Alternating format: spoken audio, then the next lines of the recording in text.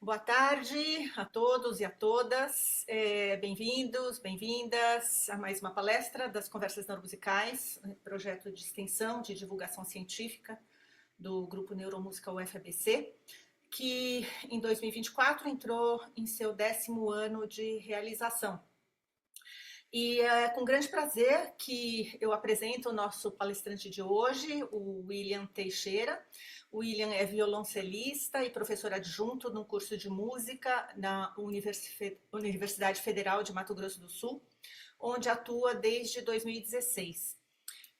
Ele também foi pesquisador visitante na Universidade de Harvard durante o período de 2022-2023 e no IRCAM, Institut de Recherche et Coordination Acoustique Musique, em 2023.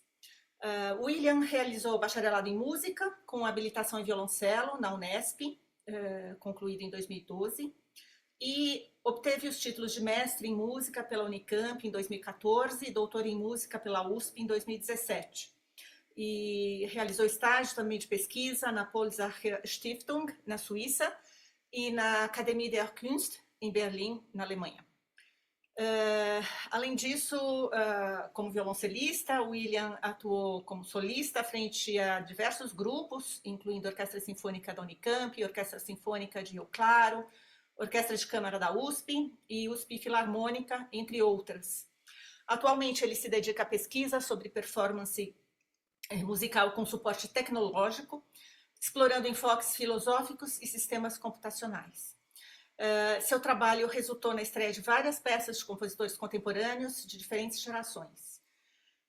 Com uma trajetória acadêmica e artística tão interessante, é uma alegria termos o William Teixeira conosco hoje.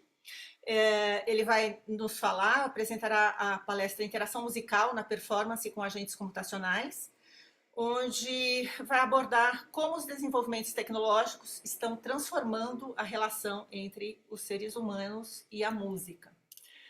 Então, William, é um prazer tê-lo aqui com a gente. Vou passar, então, a palavra para você. Muito obrigado, Patrícia. Boa tarde a todos e todas. Realmente é um prazer, uma alegria muito grande estar nas conversas neuromusicais desse 10º ano. É um projeto que eu acompanho já e tenho muita admiração.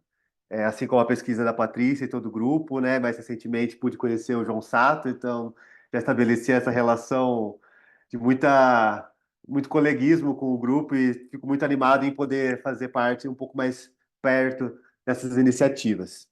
Então, como a Patrícia já introduziu, né? Eu tenho essa relação com a tecnologia, em primeiro lugar, como violoncelista, e toda a minha pesquisa, de alguma forma, trabalha com essa perspectiva da performance em relação a diversos encontros possíveis.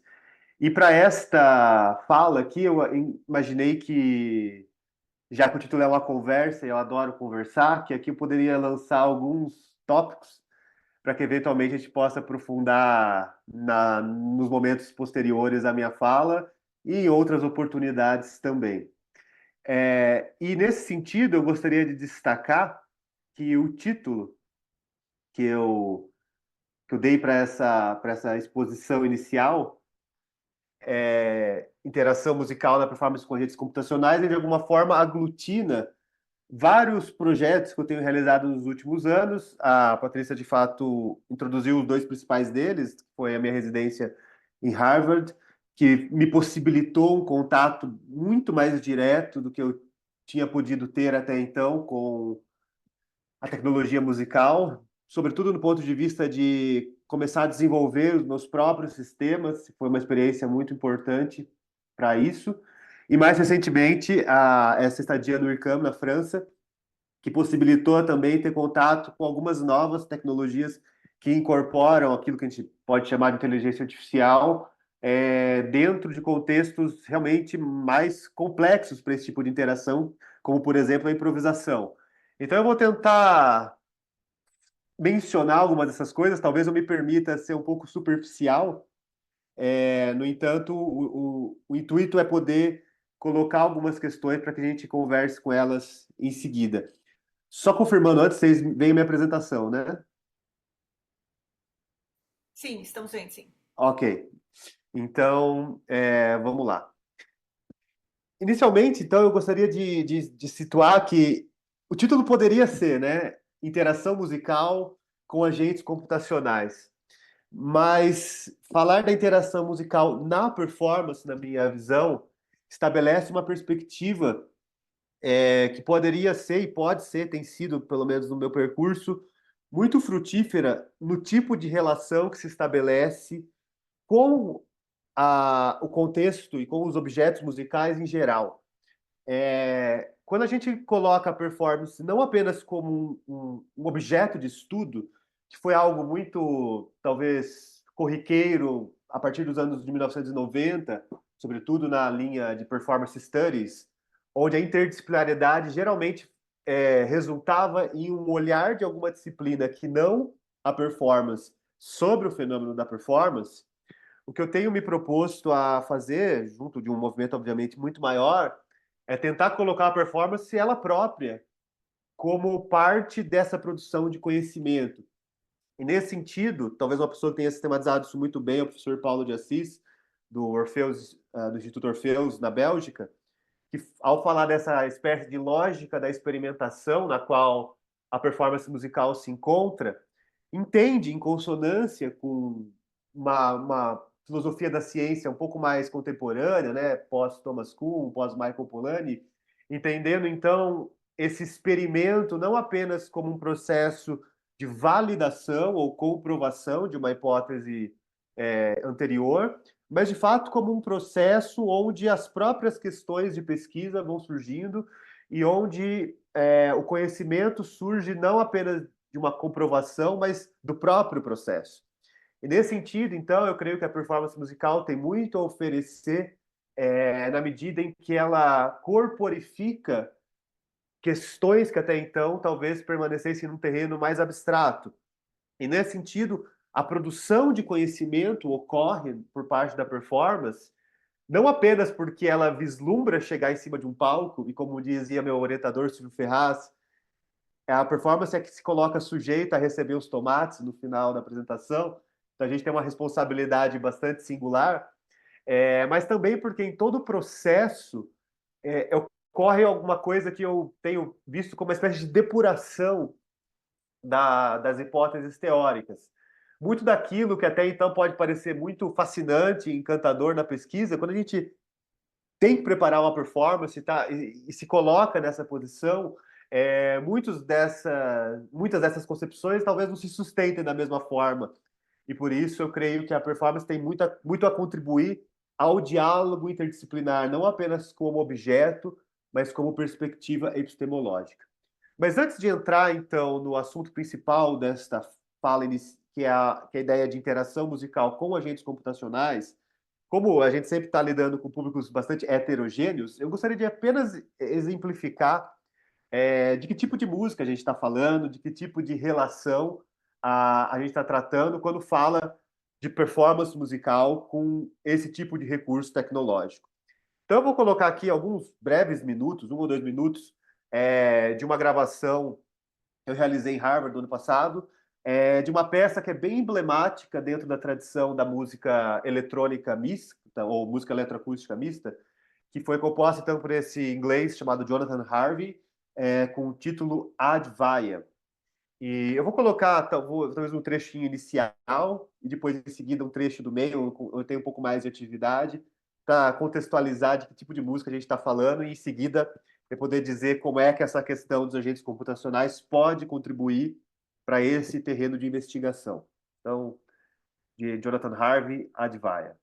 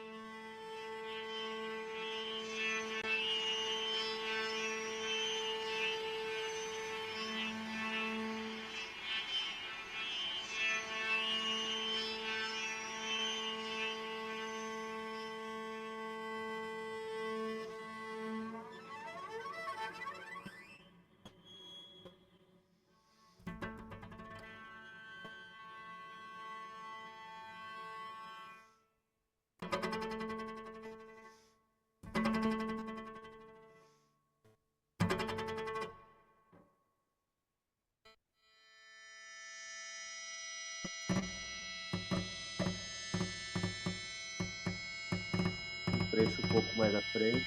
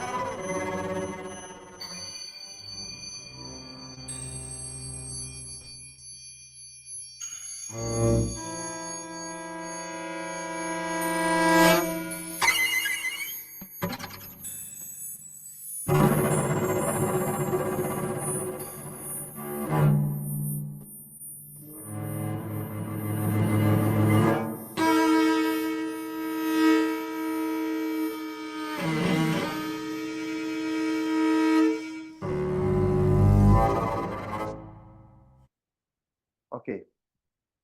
Bom, curiosamente, o título dessa peça, que é muito emblemática dentro da história da música eletroacústica mista, vem do sânscrito, o termo Advaya, que significa não dois, e vinha justamente dessa busca do Jonathan Harvey, na verdade, toda essa geração de compositores que passava a lidar não apenas com a perspectiva de uma tecnologia que incorporava os sons eletrônicos, a música clássica de concerto, mas especificamente essa geração posterior aos anos de 1980, que passava a poder utilizar recursos computacionais de fato, era uma questão muito presente a ideia de que essas duas instâncias, ou seja, a música com toda a sua tradição de instrumentos acústicos e agora esses novos meios tecnológicos, essas máquinas, elas possuíam uma relação de ainda difícil convergência do ponto de vista poético. Então, o título Advaya, não dois, em sânscrito, tem uma relação com essa tentativa de superar essa divisão que havia entre tantas fontes sonoras distintas e, de alguma forma, conseguir assimilar todas elas dentro de um mesmo fluxo musical. E aqui o Jonathan Harvey faz isso, né? Uma peça de 1994. Ele faz isso naquele momento com meios bastante rudimentares dentro das nossas possibilidades atuais, que eram módulos de síntese, sampler, vários dispositivos que eram possíveis de se realizar até então e que, ao passar dos anos, foram atualizados, né? O próprio sistema eletrônico da Advaya foi atualizado unicamente por um patch computacional, e justamente no meu trabalho em Harvard eu automatizei a última camada que faltava ser automatizada em Advaya, que era essa camada dos samplers, que até então precisava de um músico para disparar, e eu incorporei isso no patch da peça. Mas nesse percurso um pouco histórico, digamos, de fato, em um primeiro momento, essas máquinas musicais, elas vinham em uma certa medida trazer uma resposta para essa questão que as máquinas musicais traziam a respeito de uma certa falta de humanidade. Curiosamente, nos primeiros escritos, lá no século XIX, né, da Ada Lovelace, que foi a primeira programadora que realizou esse tipo de algoritmo automatizado, ela já vislumbrava eventualmente realizar algum tipo de construção algorítmica relacionada à música. O próprio Alan Turing depois também mencionava isso, que seria um ponto talvez definitivo quando as máquinas fossem capazes de realizar música. Então a gente percebe que era um ponto-chave na busca sobre a compreensão a respeito da humanidade, o que seria essa humanidade, a sua capacidade de fazer música. Isso, é claro, advém de dispositivos muito anteriores. Qualquer caixa de música ou pianola já expressava, de alguma forma, esse intento de se poder automatizar aquilo que seriam ações até então puramente humanas, como é o caso da música. Mas no século XX, né, com o advento, de fato, no pós-guerras, de uma tecnologia muito mais avançada e a ascensão dessa música eletrônica, o que a gente viu foi, por um lado, uma emergência de um número muito grande de sonoridades e práticas musicais totalmente baseadas nessas novas tecnologias, mas, por outro lado, uma lógica musical ainda bastante circunscrita às lógicas tradicionais da música de concerto. Então, foi o caso da música eletrônica alemã, que, por exemplo, basicamente aplicou os postulados de um serialismo integral, que se aplicaria a todo tipo de contexto instrumental da mesma forma. Então, nessa busca por um lugar, as máquinas gradualmente assumiram esse espaço como um instrumento, né, como parte do instrumentário da música do século XX.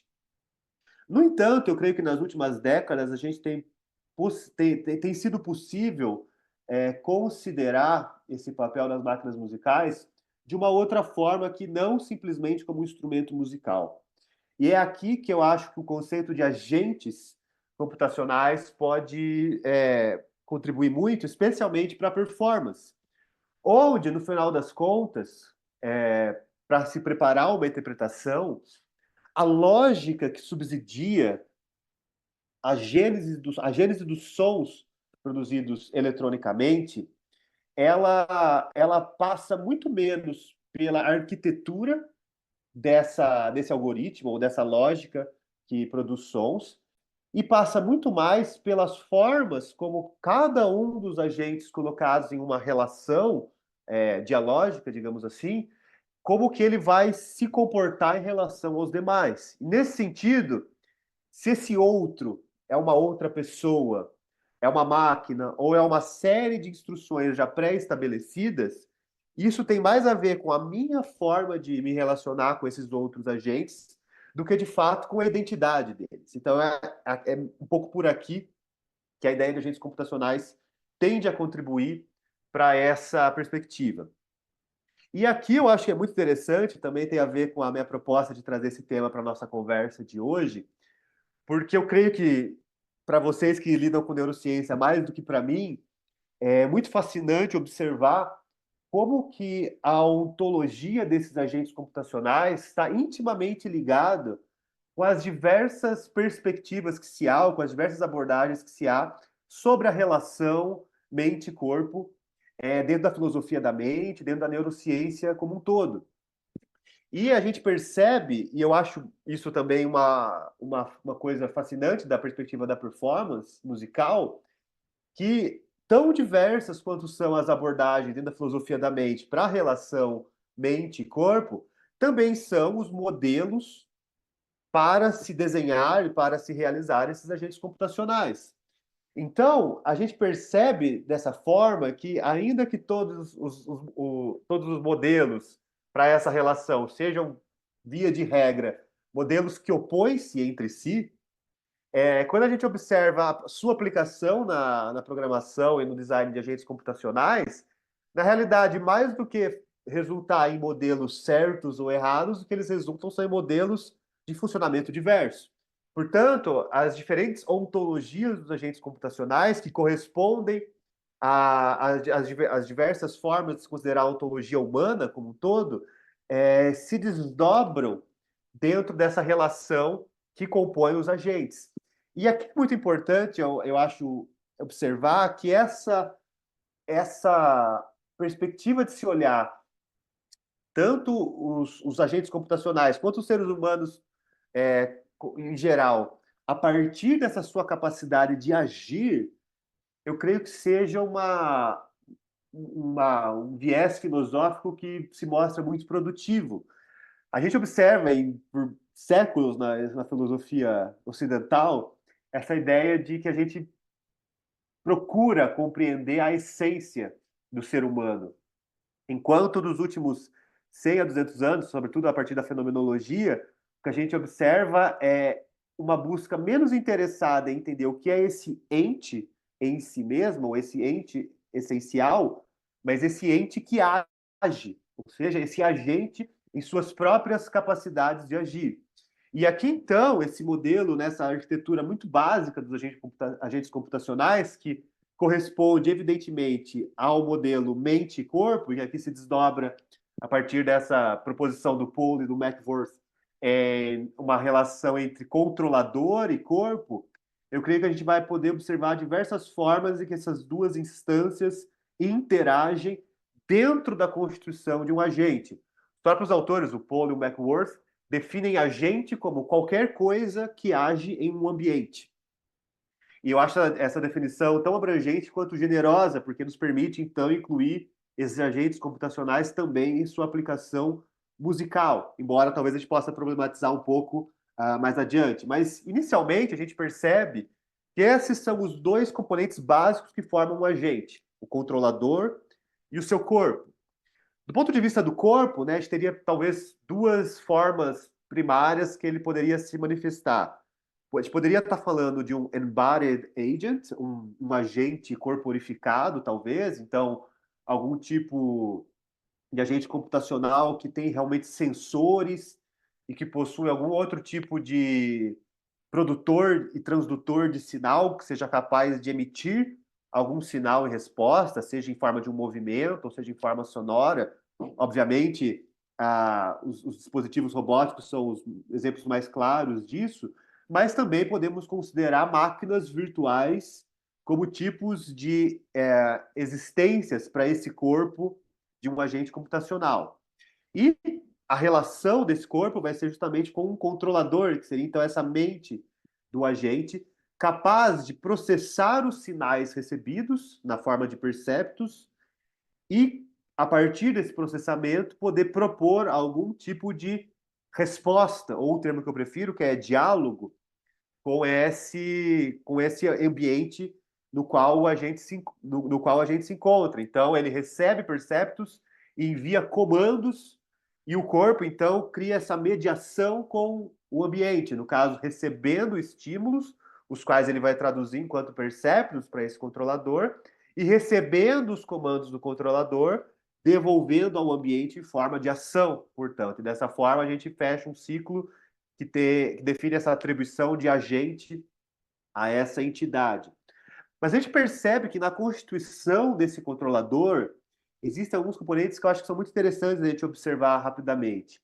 Primeiro, que esse controlador ele ocorre em contato com um corpo, em um ambiente, mas ele não se dá simplesmente em um espaço, ele se dá no tempo. E essa é uma dimensão fundamental para os desenvolvimentos recentes sobre a compreensão desses agentes computacionais, na medida em que, ao considerar a sua existência no tempo, ele lida com um fluxo ininterrupto de sinais que são percebidos e que, dessa forma, precisam ser, de alguma forma, filtrados para que se desdobrem em algum tipo de ação.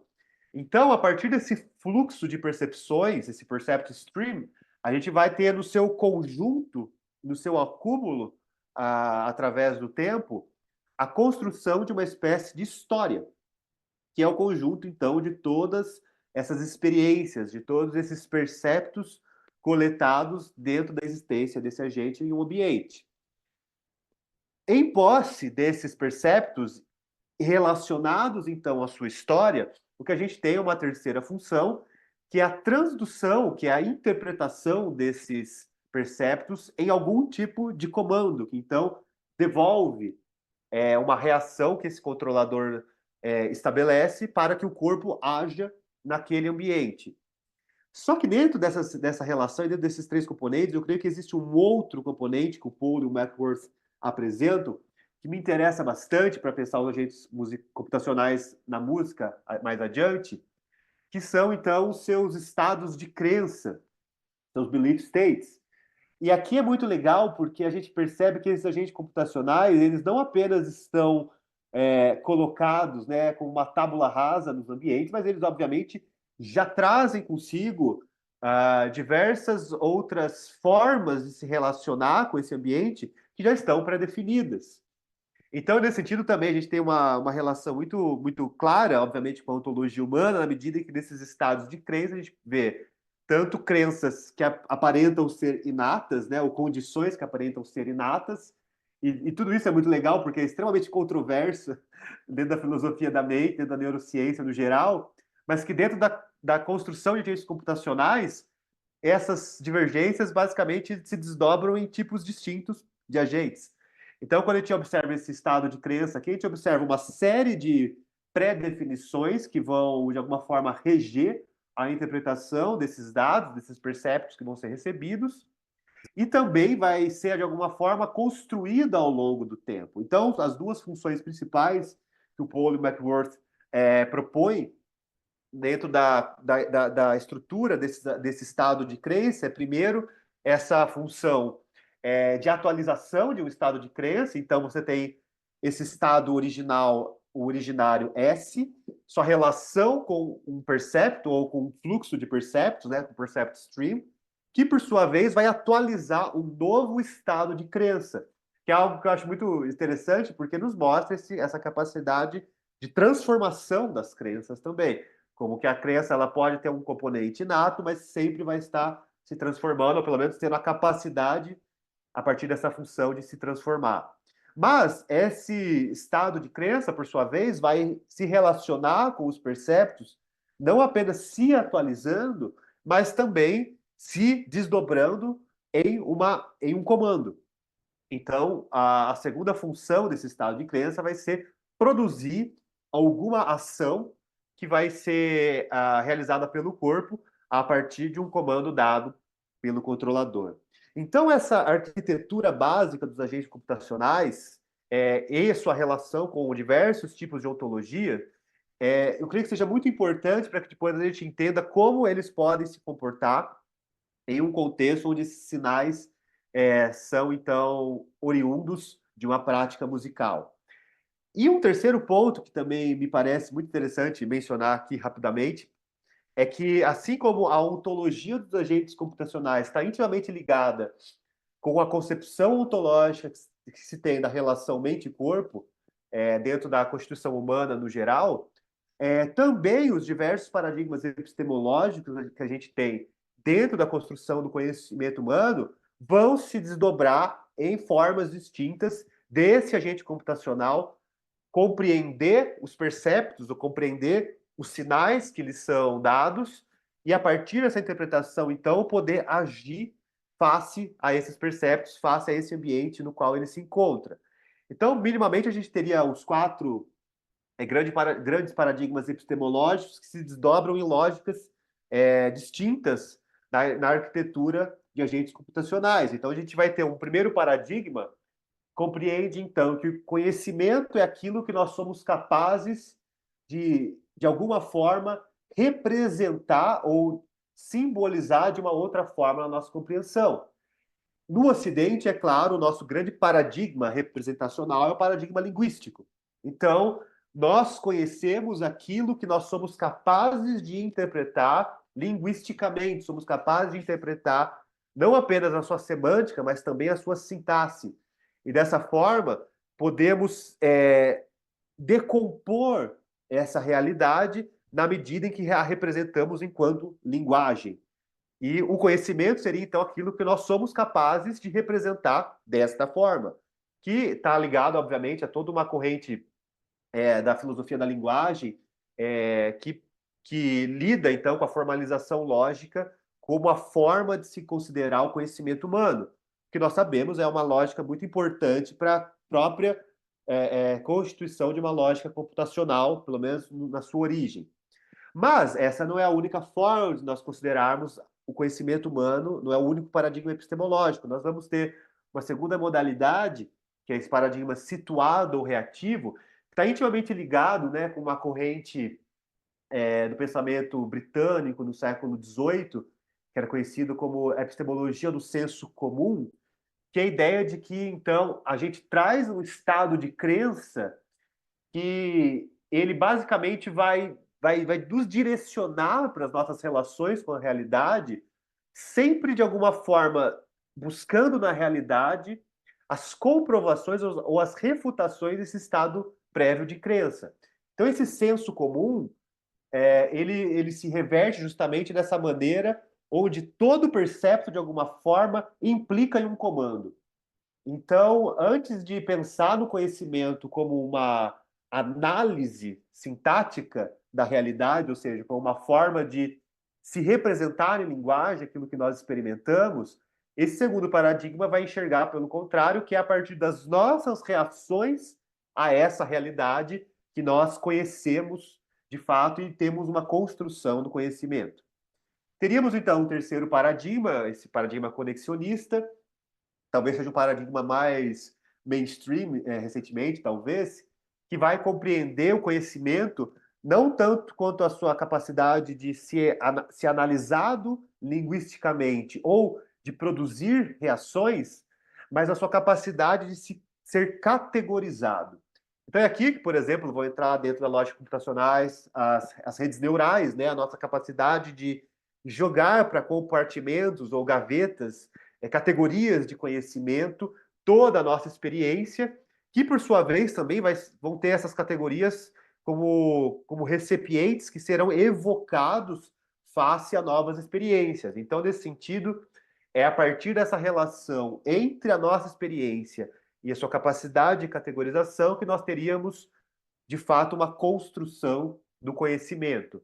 E, em quarto lugar, nós temos talvez aquilo que seja, na prática, o que mais a gente encontra nos agentes computacionais, que são os paradigmas híbridos, ou seja, aqueles em que, pelo menos esses outros três ou outras formas de se considerar o conhecimento humano vão ser combinados para que, face a realidades distintas, cada um desses mecanismos vai ser, então, colocado em jogo para que o conhecimento se construa.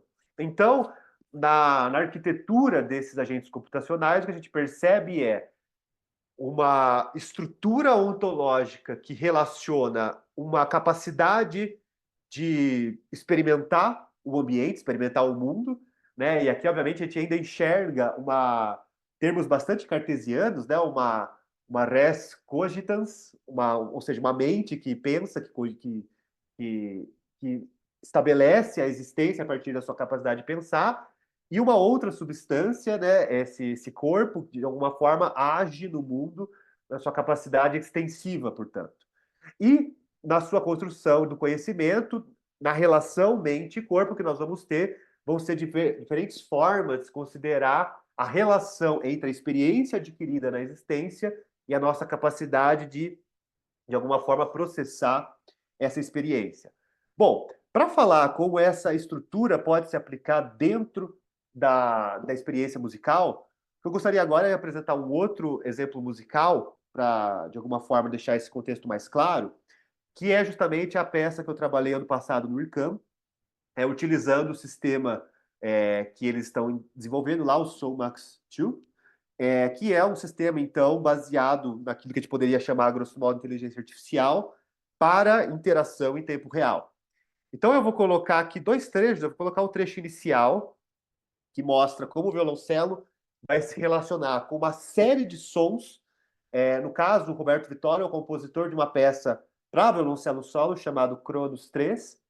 E o que eu fiz lá no IRCAM foi justamente, a partir desse sistema lá desenvolvido, foi tentar construir uma parte eletrônica, que aqui vocês vão ouvir como sons de violoncelo, flauta, tambor, que são, por sua vez, oriundos de outras peças do Roberto, porque através do processo de aprendizado de máquina, o que a gente pode fazer é ensinar essa máquina, e já vou falar um pouco como, ensiná-la como que esse compositor, de alguma forma, pensa a música. Então, aqui a gente tem uma análise da lógica composicional desse compositor, do estilo composicional dele, e, de alguma forma, o ensino a essa máquina para que ela responda aquilo que eu estou tocando, que é a peça do próprio Roberto, como talvez ele responderia, mas aqui, obviamente, quase como uma orquestra, dado o grande conjunto de sons que gradualmente passam a entrar em jogo aqui.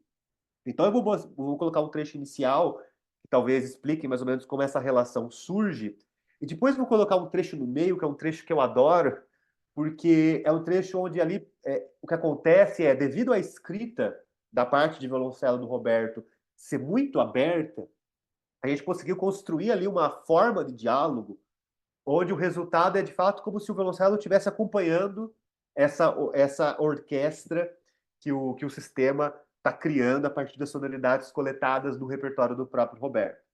Então, eu vou colocar esses dois exemplos para mostrar um pouco como esses agentes computacionais podem se relacionar e também como eu, enquanto performer, posso me relacionar com eles.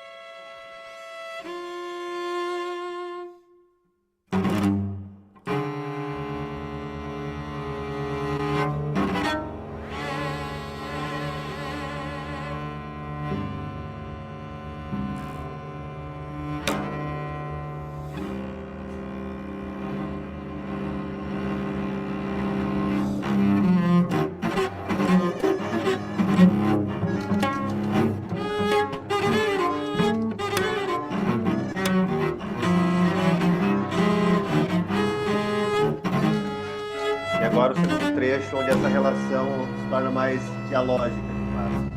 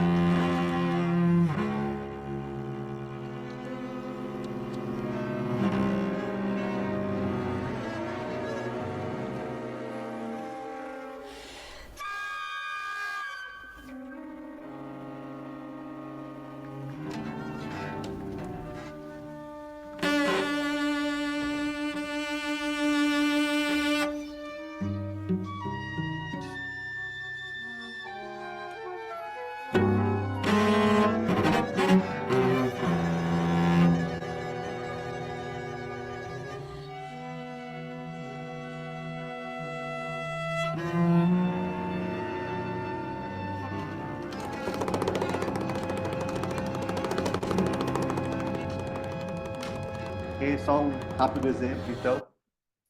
E aqui, então, também, como eu disse, sendo rápido, né, sendo talvez até superficial, mas para colocar pontos para nossa conversa em seguida, aqui é um pouco rapidamente apresentando como que esse agente computacional com o qual eu estava me relacionando, nesse caso agora tocado, ele se estrutura.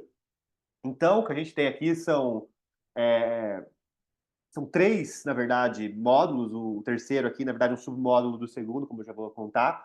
Mas, basicamente, são as partes necessárias para construir esse agente. Então, o que a gente tem, em primeiro lugar, esse server aqui, esse servidor, é justamente o controlador desse agente. Então, esse é um controlador que, a título aqui de informação em relação à programação, a gente tem aqui um sistema que é implementado em Max, MSP, né, Max 8, né, que é a nova versão desse software que a gente usa para programação musical. Mas no caso desse sistema, o Somax 2, o que a gente tem é justamente na execução desse servidor um sistema em paralelo que ele abre em um ambiente em Python, que é justamente o ambiente que vai recorrer a todo o estado de crença desse agente que foi formado pelo programador, é claro, por aquele que fez o design desse sistema específico para uma peça, então que utilizou o sistema para uma construção musical específica. Então esse servidor, o que ele faz é relacionar o corpo, que no caso é uma máquina virtual, é essa máquina que a gente observa aqui nos módulos seguintes, mas que vai se dialogar com esse conjunto de sons, com esse corpus, que é o nome dado, por meio daquilo que chama de síntese concatenativa, né? Então, esse segundo módulo, esse Audio Corpus Builder, é justamente um módulo onde a gente faz essa espécie de treinamento da máquina para a, para a realização específica que a gente está fazendo, seja uma peça, uma improvisação, enfim. A gente está criando aquele monstrinho ali, aquele agente específico para aquela música que a gente está fazendo. Então, aqui a gente observa que essa etapa, obviamente, da construção do corpus é uma etapa, via de regra, offline, ou seja, a gente prepara ela antes de utilizar, embora a gente esteja agora no desenvolvimento de uma etapa também online para a construção do corpus. Já nas próximas versões vai ser possível também construir um corpus enquanto se toca, mas a lógica é a mesma, ou seja, que esse corpus, no caso de um corpus de som, é um arquivo, né, de áudio, basicamente, e o que a gente tem é uma parametrização feita, então, pelo operador, que vai escolher de que forma esse grande corpus vai ser segmentado em pequenas fatias, né, pequenos pedaços, que então vão ser essas unidades de conhecimento da máquina. Então, o que a gente tem aqui é, obviamente, uma etapa orientada por aquele que está operando o sistema, e, nesse sentido, a gente está criando são todas as pequenas peças de um quebra-cabeça que vão poder ser combinados e recombinados à luz do que esses módulos seguintes vão fazer, que é a evocação dessa memória, então, desse estado de crença que foi construído e que pode, então, se reconfigurar também, mas que vai, de alguma forma, receber sinais tocados. Então, esse áudio influencer é justamente ele que recebe os sinais do mundo, né, do ambiente. Ele vai interpretar aquilo que, no caso dessa peça, o violoncelo está tocando, extraindo, sobretudo, aquilo que é chamado de croma, né, que é não apenas uma fundamental espectral, ou seja, qual é a nota que mais ressalta em um som, mas também, a partir de uma análise de um conjunto de notas, qual seria a probabilidade de um certo centro espectral para aquele conjunto de notas. Então, aqui a gente não tem simplesmente uma fundamental, ou seja, uma nota mais grave que determina qual é o pitch, né, qual é a altura determinante, mas essa relação entre todos os parciais espectrais que vão gerar isso. Então, a cada novo ataque, o que a gente tem aqui é um novo sinal que pode ou não ser interpretado pelo servidor como uma informação ou como um percepto que que demanda um novo comando. Então, quantos e quais estímulos vão ser percebidos por esse corpo como perceptos é algo programado. Também é programado em antecedência, por exemplo. Então, aqui o que a gente tem no decorrer da peça que eu mostrei são todas essas séries de parametrizações mudando de sessão a sessão. Justamente o meu trabalho em realizar a construção da peça foi não apenas de dar os sons que treinariam essa máquina, ou seja, que criariam esses corpos, ou esses corpora, né, o plural do latim, mas que também iria determinar parametrizações distintas da forma como essa máquina iria perceber o som do instrumento acústico. Então, isso é feito nesse módulo de áudio influencer. E também o como esse corpo vai reagir no tempo real, face a esse estado de crença que ele já possui, essa memória que esse corpus lhe oferece, que é o que esse player vai fazer. No caso, para esse que a gente estava, nesse exemplo que a gente escutou agora, a gente tinha 3 players, né? Então era 3, de alguma forma, 3 agentes com quem eu estava me relacionando, e cada um tinha uma série de parâmetros distintos, oferecendo, portanto, uma resposta distinta ao que eu estava fazendo.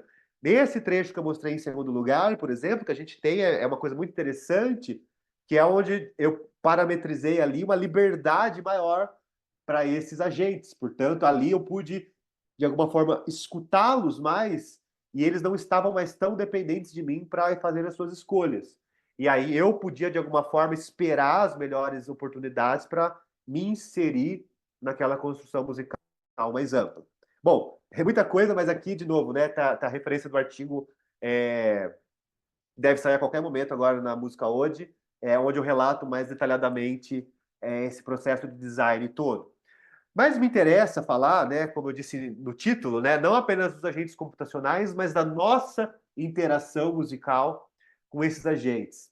E aqui eu acho muito interessante o que esse autor, o Wei Liu, coloca no seu livro sobre interação humano-máquina, que é um fato de que a gente tem, né, acho que é uma síndrome de exterminador do futuro, né? Uma ideia, né, de que as máquinas vão se tornar autônomas em algum momento e elas vão tomar suas próprias decisões.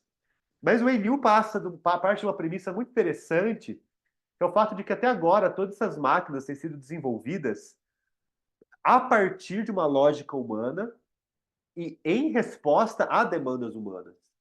Portanto, a gente sempre tem que pensar essas inteligências não como formas autônomas de conhecimento, mas como formas complementares de conhecimento. Nesse sentido, então, ele propõe essa ideia de uma inteligência híbrida, onde talvez, mais do que a gente pensar uma relação de oposição entre o humano e máquina, a gente também tentar pensar alguma forma de diálogo com essa relação lógica, que, como a gente olha antes na gênese dos agentes computacionais, a gente observa uma estrutura humana sendo replicada dentro desses agentes, e tentar pensar agora, dentro dessa nova fase, como que nós podemos repensar a nossa própria existência face às possíveis estruturas que esses agentes passam a ter, então.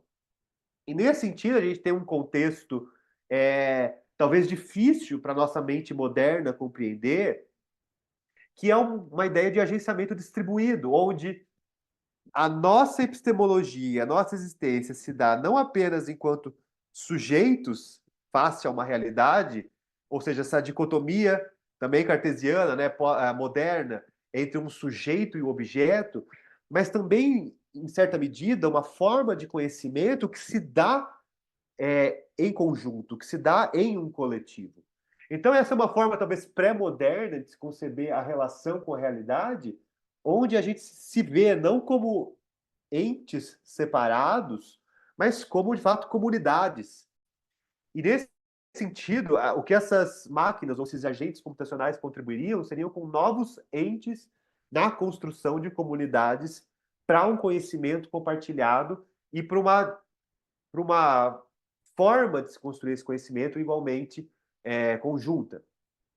E aqui eu acho que essas duas premissas são muito interessantes para a gente pense as diversas modalidades de interação musical que podem ocorrer. E eu tenho, dentro da minha pesquisa, recorrido a um autor que a gente geralmente observa como sendo um autor da teoria literária, o Mikhail Bakhtin, mas que é muito interessante para aqueles que já leram o Bakhtin. Por isso, o Bakhtin também está muito preocupado com as questões psicológicas, obviamente aqui lidando com a psicologia experimental no final do século XIX, início do século XX. Então, a todo momento, o Bakhtin está, por exemplo, se remetendo às pesquisas do Theodor Lipps, do Theodor Wichner, né? Robert Wichner também, toda a construção que havia na psicologia experimental no final do século XIX sobre como nós mudamos com a nossa experiência. E, nesse sentido, então, é justamente a base psicológica daquilo que o Bakhtin vai falar sobre o conhecimento intersubjetivo. Ou seja, não temos aqui apenas um sujeito face a uma realidade objetiva, mas um sujeito em constante transformação face a essa realidade. Portanto, a interação musical, eu creio, precisa pensar dessa forma, como que ela dialoga com esse ambiente no qual a gente agora tem, inclusive, agentes computacionais como agentes possíveis. E o Bakhtin dá pelo menos 3 termos para denominar essas modalidades de interação. Ele fala de uma hibridização, ou seja, quando a gente, de alguma forma, contribui desse diálogo para a expressão do outro e a nossa própria expressão, ela recorre a unidades expressivas de outrem. Ele vai falar sobre essa interonominação, ou seja, quando eu, de alguma forma, repito uma estrutura produzida pelo outro, mas quando eu repito, essa estrutura já não é mais a estrutura do outro. Ela passa a ser uma estrutura que eu utilizo para significar uma outra coisa. Ou realmente uma confrontação, ou seja, uma ideia de uma oposição que, do ponto de vista artístico, pode ser muito interessante na medida onde a gente tem 2 ou mais indivíduos agindo em paralelo, onde o todo dessa construção vai de alguma forma, resultar em uma realidade um pouco mais completa, ou uma visão um pouco mais completa dessa realidade. E dentro desse contexto, então, eu acho que o que eu mais tenho extraído para a performance musical é a gente observar que aqui a gente não tem simplesmente uma relação onde a eletrônica responde ao que o músico faz em tempo real, mas também uma possibilidade do próprio performer ser esse produtor de questões e, nesse sentido, questões cuja criatividade vai determinar as escolhas que a eletrônica fará e que esses agentes computacionais farão com aquilo que ele faz. E aqui eu vejo uma correspondência muito clara com essa ideia de uma engenharia de prompt que a gente tem observado atualmente, porque formas distintas de se tocar vão gerar respostas distintas pelos agentes computacionais.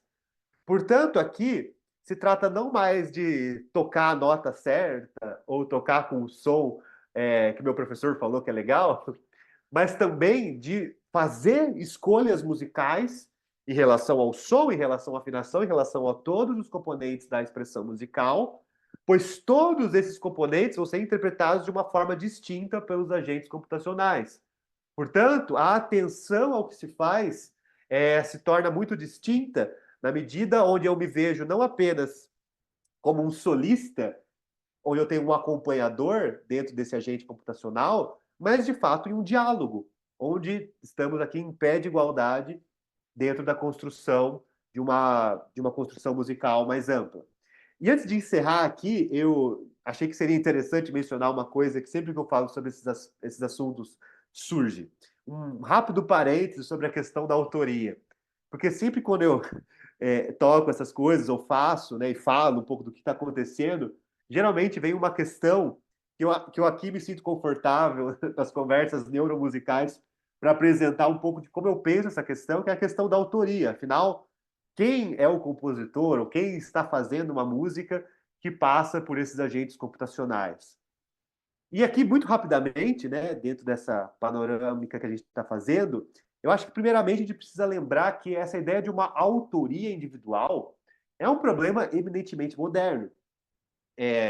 A gente sabe, quando vai lá para Minas Gerais, né, e vai ver aquelas igrejas majestosas em Ouro Preto, que, embora nos digam que aquelas estátuas ou aquelas estruturas foram feitas pelo Aleijadinho, não foi esse próprio sujeito, com as suas próprias mãos, que necessariamente entalhou uma por uma cada uma daquelas estátuas. Ou seja, essa ideia de que para que um objeto de arte ou qualquer realização tenha um autor, que esse autor tenha realizado todas as ações necessárias para a sua existência, é uma ideia bastante moderna.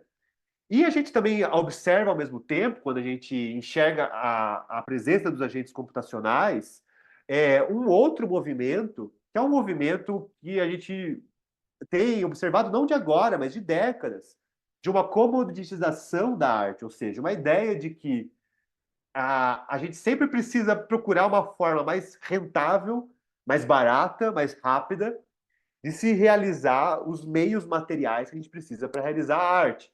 Obviamente, um filósofo como Adorno enxergou nesse processo de comoditização um risco muito grande para que a arte perdesse a sua essência, né, transformadora enquanto arte. Mas o que a gente vê é, de fato, um caminho que, independentemente da existência dos agentes computacionais, já tem ocorrido no desenvolvimento do conhecimento humano dentro da arte por outros meios, seja pelos meios tecnológicos, ou seja, pela uma distribuição das demandas para se realizar, como eu falei no exemplo do Aleijadinho antes. E aqui também eu enxergo algo muito interessante, o que um autor belga chamado Michel Meillet antecipou algumas décadas atrás, com aquilo que ele chamou de uma problematologia, que é a ideia de que a gente, dentro da nossa concepção moderna, enxerga sempre que a construção está atrelada a um conteúdo proposicional, ou seja, uma resposta. Mas a gente agora está se deparando com a ideia, e, de certa forma, aquilo que eu falei sobre a performance como prompt vinha nessa direção também, com a ideia de que a criatividade ocorre não talvez nas respostas que nós damos, mas nas perguntas que nós fazemos. E nesse sentido, esses sistemas dos agentes computacionais vão estar aí, estão aí, e a diferença não é como eles talvez estão desenvolvidos, estruturados, mas quais perguntas nós fazemos e quais demandas nós fazemos e quanto nós conseguimos estruturar essas perguntas para que as respostas sejam aquelas que nós, de alguma forma, buscamos. E nesse sentido, né, acho que a gente tem uma volta à filosofia da mente, e aqui eu me remeto ao John Searle para isso, a ideia de que na sua construção sobre a intencionalidade, a intenção vem justamente de uma força ilocucionária de se fazer e de se expressar no mundo. E se a estrutura para que essa força tome forma é de fato realizada pelas minhas próprias mãos ou não, isso está em segundo plano. A intenção se manifesta na sua força locucionária. Portanto, a forma como a nossa mente humana lida e interage com esses diversos agentes, eu acho que é o que tem e há de mais rico nas possíveis relações e interações com esses novos campos para a realização musical. Então, eu encerro essa fala pontuando que eu acho que a performance musical ela pode se apresentar como uma forma de conhecimento, na medida em que ela propõe questões de pesquisa e propõe formas de se pensar a construção do conhecimento humano. E, nesse sentido, a sua interação com agentes computacionais também pode mostrar um novo campo de produção de pesquisas, já que essas arquiteturas, como nós vimos antes, elas, de alguma forma, precisam resultar em um produto musical. E é aqui que eu acho que a performance pode colocar questões particulares à sua existência no tempo, já que é a performance que articula no tempo aquilo que é idealizado fora do tempo. E, finalmente, a gente percebe que a arte permanece possuindo a sua capacidade de transformar tanto o conhecimento humano quanto a própria tecnologia, que pode ter sido concebida para um outro uso, e aonde a arte tem a sua função de fato, subverter esse uso primário, buscando, então, novas formas de nos relacionarmos, e eu creio que por meio da arte, inclusive, transformando a nossa própria existência, talvez sugerindo novos modos de existência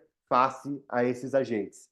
E com isso, eu acho que já é o suficiente para a gente ter uma conversa e a gente pode conversar agora, ou se não, as coisas que eu tenho escrito estão lá no meu site, ou a gente pode seguir também via e-mail mais adiante. Agradeço a atenção de todos e todas e podemos seguir agora para a nossa conversa. Obrigada, William. Obrigada pela apresentação. Incrível o seu trabalho. É super interessante sua fala. É uma área do conhecimento e de reflexão muito nova para mim. Acho que assim como para várias pessoas aqui. Eu teria inúmeras perguntas para você, mas eu vou começar abrindo primeiro para os participantes aqui. Fiquem à vontade para abrirem microfones, câmeras, se preferirem, ou mandarem pelo chat, como acharem melhor. Deixo, então, aqui essa provocação para vocês. Alguém tem alguma pergunta de imediato?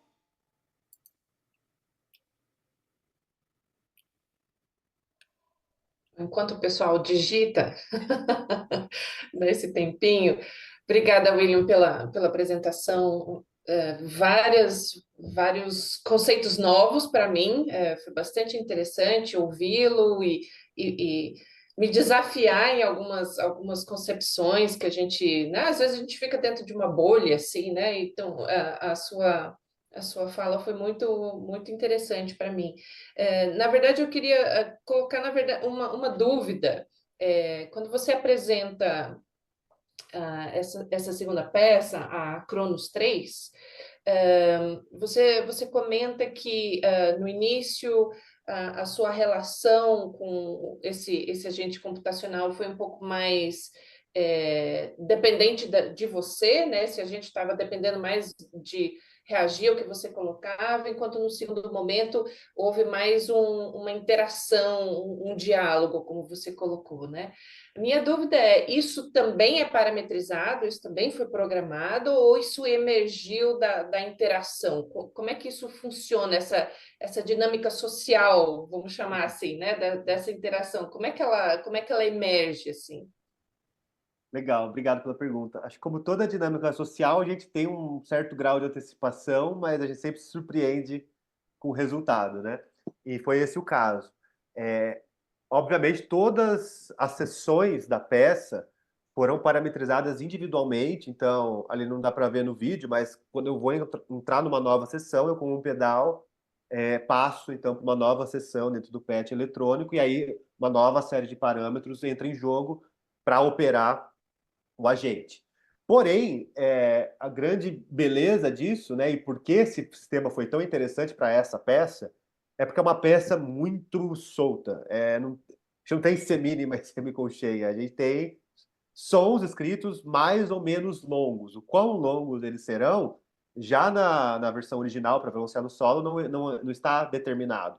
Tem toda uma relação, que eu falo mais lá no artigo, do Roberto com a etnia dos Bororo aqui, então toda uma ideia de um tempo do ritual de certas comunidades indígenas com quem ele conviveu, que ele, de alguma forma, concebeu nessa peça, e que me pareceu uma boa oportunidade para utilizar esse sistema para criar esse diálogo, uma espécie de um ritual aí com esses agentes.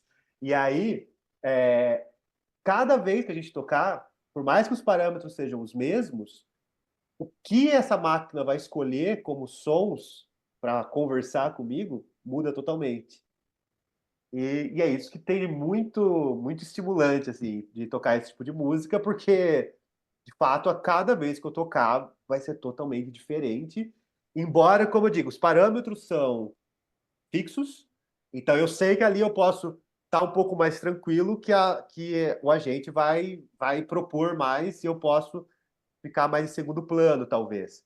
Mas o que ele vai propor e como eu vou ter que me relacionar ali, isso está sempre aberto a cada nova performance. Então, eu acho que essa é a contribuição desse tipo de coisa, porque a gente observa como que esse agente foi ensinado a responder como um compositor, né, por meio dos sons e das lógicas harmônicas dele, por exemplo, mas como esse estilo não é determinante para um único tipo de resposta.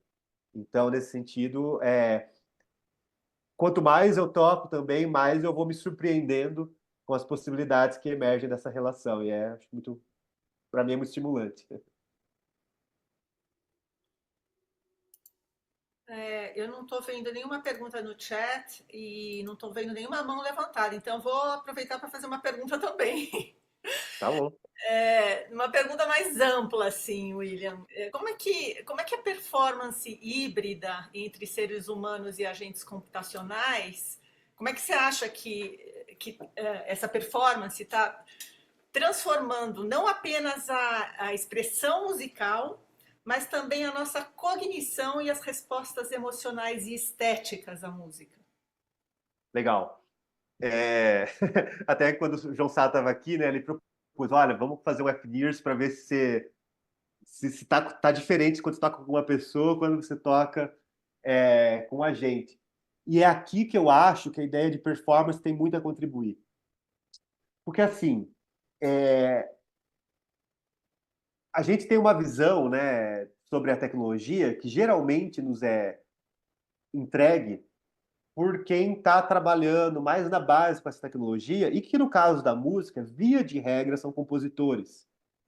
Então, quando a gente fala de interação musical, geralmente a gente tem um compositor pensando nesse sistema para realizar aquela sua ideia tal qual ele quer construir uma nova peça, enfim, uma nova realização. Entretanto, para quem toca, veja, às vezes faz menos diferença se é um agente baseado em inteligência artificial ou se é uma eletrônica pré-definida por outra pessoa ou se é um outro ser humano. Porque, de alguma forma, a gente está acostumado, quando a gente toca um quarteto de cordas, que a gente sabe o que o outro vai tocar, mas, na verdade, está sempre um pouco aberto para aquelas nuances do momento. Será que ele vai mais? Mesmo será que o andamento vai ser mais? Será que a articulação? E essa expectativa pelo que há de diversidade na realização temporal, que me parece que é o ponto de convergência entre a interação tanto com seres humanos quanto com agentes computacionais.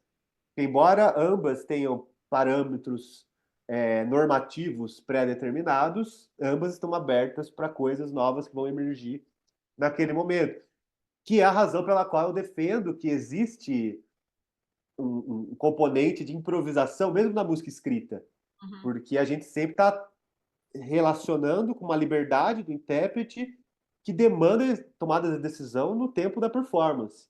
Uhum. E isso é automático, às vezes, mas a nota está escrita. Mas a gente fala, poxa, se fosse só as notas, estava fácil o nosso trabalho. Tem tantas outras coisas para a gente decidir, para a gente se preparar para uma As performance. notas são um ponto de partida só, né? Exatamente. Então, nesse sentido, eu acho que existe uma correspondência direta entre a nossa forma de nos relacionarmos com outros agentes humanos em relação a agentes computacionais. E eu creio que talvez a diferença de um sistema como este específico, o SOMAX 2, porque ele é programado, e o termo que eles usam no IRCAM para falar dessa propriedade dele é Genre Agnostic. Acho bonito esse termo. Ele não tem preconceito de gêneros, estilos, nada disso. Ele aprende o que você ensinar. Então, eu acho isso muito interessante, porque, obviamente, nós não somos assim. Por mais que nós tentemos ser assim, nós carregamos todo o nosso background, toda a nossa experiência prévia, como todas as pessoas com as quais nós tocamos. Então, a possibilidade de novos encontros, novas combinações ali, de fato, se expande. E eu acho muito interessante porque é muitas vezes dessas novas combinações que se triga uma nova ideia humana para se pensar uma nova configuração. Então, eu acho que isso também pode trazer novas formas de conhecimento do ponto de vista da produção musical. Legal, você entrou um pouco aí no que eu já na minha próxima pergunta, porque eu ia te perguntar justamente se acha que existem gêneros ou estilos musicais que se beneficiariam mais dessa interação do que outros. Então, esse sistema específico, ele, como eu disse, foi concebido para ser genre agnostic, mas ele é um dos três agora em desenvolvimento no IRCAM. O segundo que é o oposto dele, é um que vai ser lançado agora esse ano, 2024, que é o Jazz, Jazz.